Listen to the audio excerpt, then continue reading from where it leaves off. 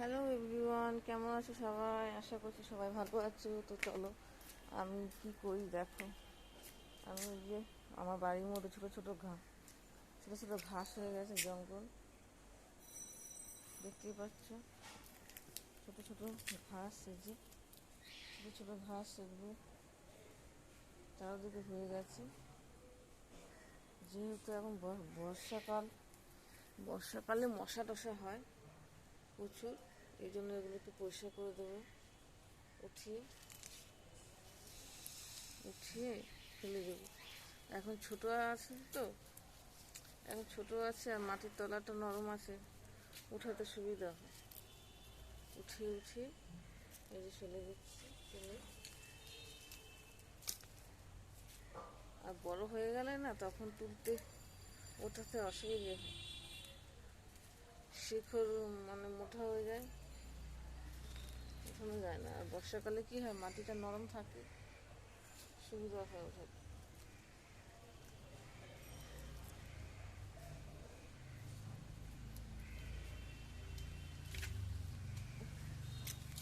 এই যে চারপাশটা উঠিয়ে ফেলে দেবো। বুঝছো কত কাজ করি বাড়িতে,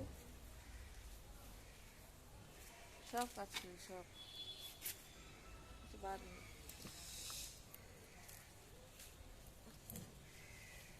এই অল্প থাকতে উঠিয়ে ফেলে দেওয়া উচিত, নয়তো পুরো বাড়ি ছড়িয়ে যাবে জঙ্গলে।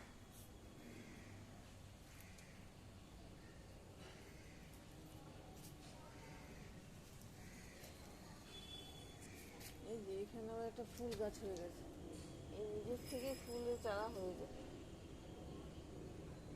এই নীলকণ্ঠ ফুল গাছ মনে হয়, এটা দেখাতে পাচ্ছি কি? নীলকণ্ঠ ফুল গাছ, নীল, যে দড়িটা দিয়ে বেয়ে গেছে। নীলকণ্ঠ ফুল কারা কারা চেনে সে জানি না।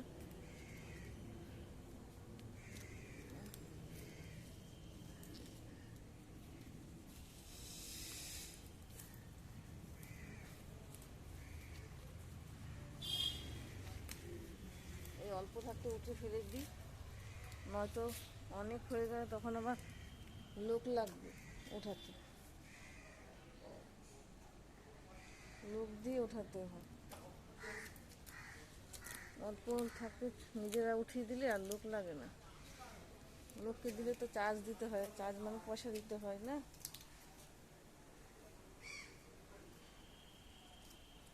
প্রচুর বৃষ্টি হচ্ছে, প্রচুর বৃষ্টিতে এই গাছগুলো উঠে যাচ্ছে।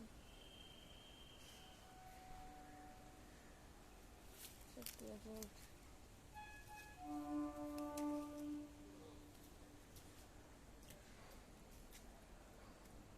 উঠিয়ে দিয়েছি সব।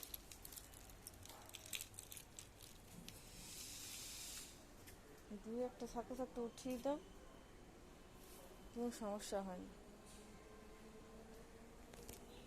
এরপর কী হবে, এখন যদি আমরা না পরিষ্কার করি না, পুরো বাড়ি ছড়িয়ে যাবে, জঙ্গল হয়ে যাবে, জঙ্গল। এই যে এখন ধরছি, উঠে যাচ্ছে। কিছুদিন পর টেনে উঠানো যাবে না, মানুষের সমান হয়ে যায় গাছ, বড় হয়।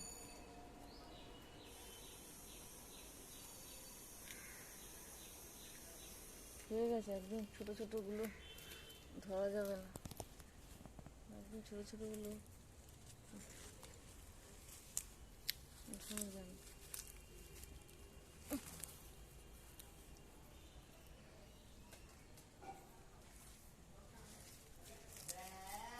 হয়ে গেছে আমার গাছ ওঠানো, দেখতেই পাচ্ছ। পরিষ্কার করে দিলাম। চলো, টাটা টাটা।